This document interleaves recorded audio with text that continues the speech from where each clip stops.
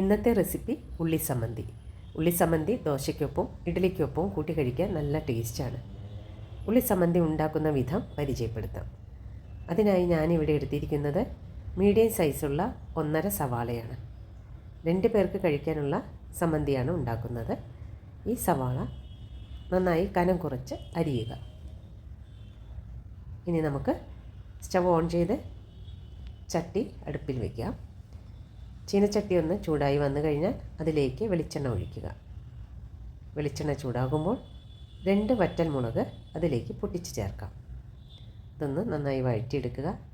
കരിയാതെ നോക്കണം. തീയൊന്ന് കുറച്ച് കൊടുക്കാം. മുളക് വറുത്തത് മാറ്റി വെച്ച ശേഷം അതേ എണ്ണയിലേക്ക് അരിഞ്ഞു വെച്ച സവാള ചേർത്ത് വഴറ്റുക.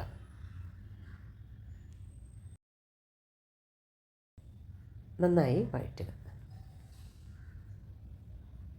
നല്ലൊരു ഗോൾഡൻ കളർ ആവുന്നത് വരെ വഴറ്റിക്കൊണ്ടിരിക്കുക.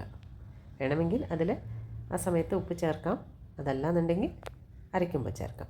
ആദ്യം വറ്റൽമുളകാണ് അരച്ചെടുക്കുന്നത്. ആവശ്യത്തിനുള്ള ഉപ്പ് ചേർത്ത് മുളക് നല്ല പേസ്റ്റ് പോലെ അരച്ചെടുക്കുക.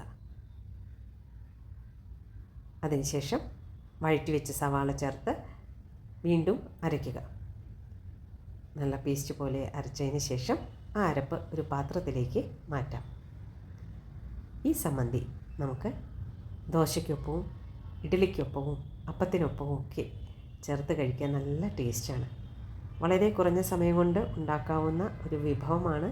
നിങ്ങളെല്ലാവരും ട്രൈ ചെയ്ത് നോക്കുക. ഇഷ്ടമായെങ്കിൽ ലൈക്ക് ചെയ്യാനും സബ്സ്ക്രൈബ് ചെയ്യാനും മറക്കരുത്. വീണ്ടും ഒരു പുതിയ വിഭവമായി അടുത്ത ആഴ്ച കാണാം. ബൈ.